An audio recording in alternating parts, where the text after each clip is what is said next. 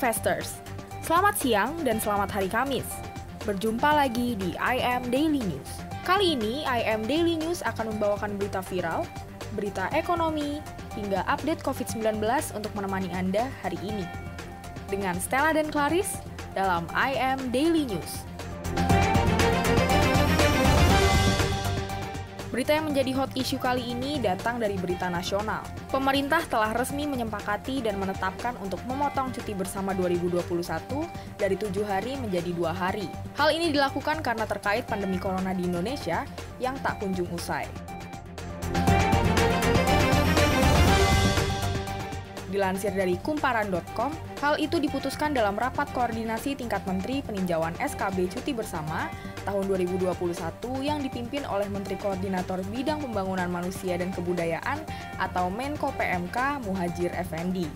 Adapun cuti bersama tahun 2021 yang dipangkas sebanyak 5 hari, antara lain tanggal 12 Maret yaitu cuti bersama dalam rangka Isra Miraj, lalu tanggal 17, 18, 19 Mei, yaitu cuti bersama dalam rangka Hari Raya Idul Fitri, serta 27 Desember, yaitu cuti bersama dalam rangka Hari Raya Natal.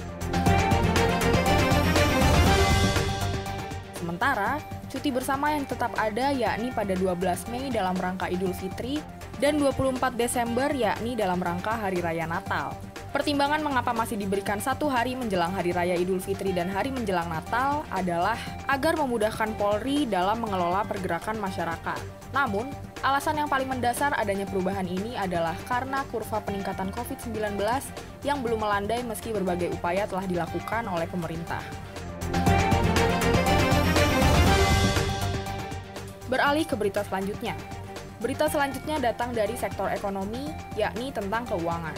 Baru-baru ini, Bank Indonesia atau BI mengeluarkan kebijakan yakni DP Kredit Pemilikan Rumah atau KPR sebesar 0%.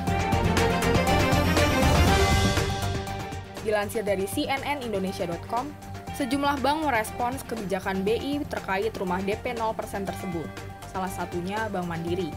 Bank Mandiri menilai kebijakan KPR DP 0% ini dapat beresiko cicilan bengkak. Kebijakan tersebut memang dapat menggairahkan permintaan untuk kredit hunian, namun nasabah diingatkan konsekuensi lain, yakni membengkaknya jumlah cicilan yang harus dibayarkan karena tidak perlu membayar DP.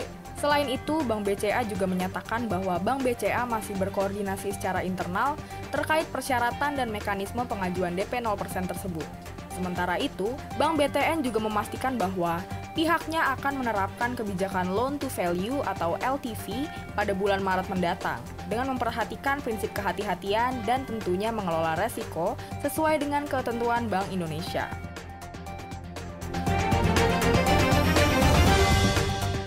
Sebelumnya, BI memang tengah merancang aturan DP 0% ini untuk masyarakat yang ingin memanfaatkan fasilitas ini.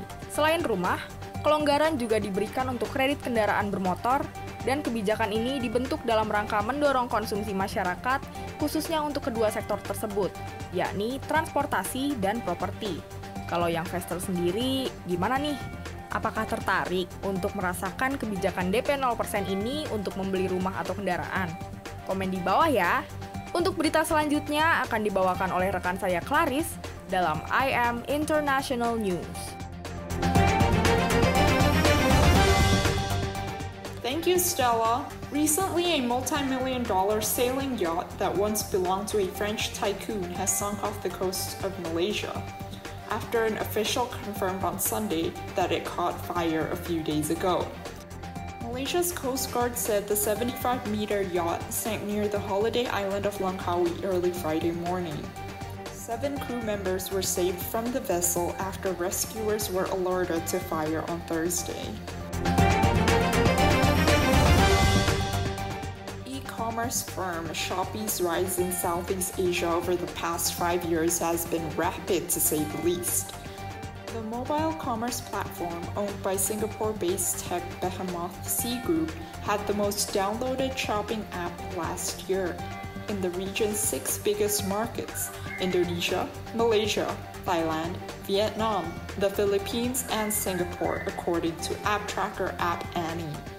It recorded an average of 90 million monthly website visits last year in Indonesia, Southeast Asia's largest economy.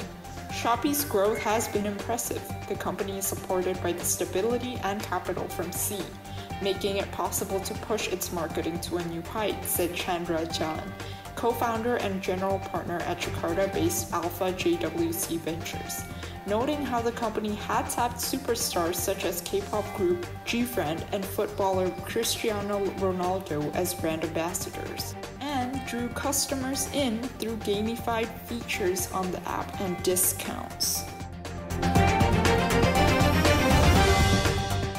International experts investigating the origins of COVID-19 have all but dismissed a theory that the virus came from a laboratory in China. Peter Ben Embereck, the head of the WHO mission, said it was extremely unlikely that the virus spread from a lab leak in the city of Wuhan. He said more work was needed to identify the source of the virus. The investigation could now focus on Southeast Asia, one expert said. The WHO team are currently at the end of their investigation mission. Wuhan, in China's central Hubei province, is the first place in the world that the virus was detected in 2019.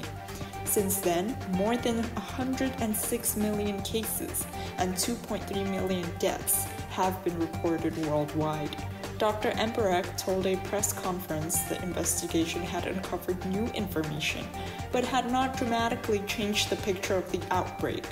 Experts still believe the virus is likely to have originated in animals before spreading to humans, but they're not sure how.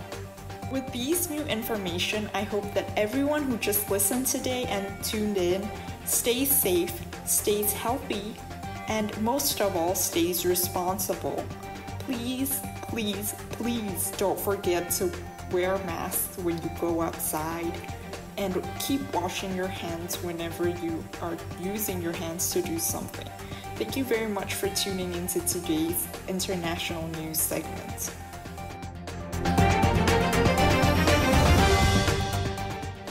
Kasus positif COVID-19 bertambah 7.533 orang pada Rabu 24 Februari 2021. Dengan demikian, total kasus positif di Indonesia secara kumulatif mencapai 1.306.141 kasus.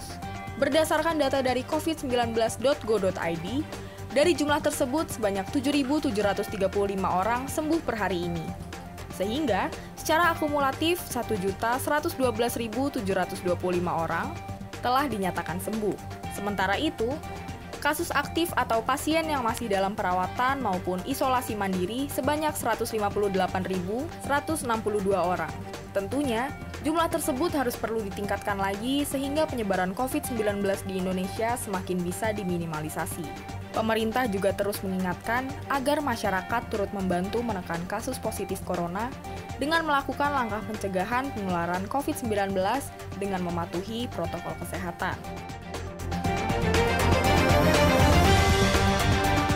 Maka dari itu, untuk kalian semua yang sedang mendengar dan menyaksikan ini, diharapkan untuk tetap menerapkan protokol kesehatan, melakukan physical distancing, dan tetap melakukan 3M, mencuci tangan, menjaga jarak, dan memakai masker. Jangan lupa untuk taat vaksinasi COVID-19 dan dianjurkan untuk tetap stay at home. Stay safe and stay healthy. Sampai jumpa di IM Daily News berikutnya. Salam IM Community, I am smart, I am capable.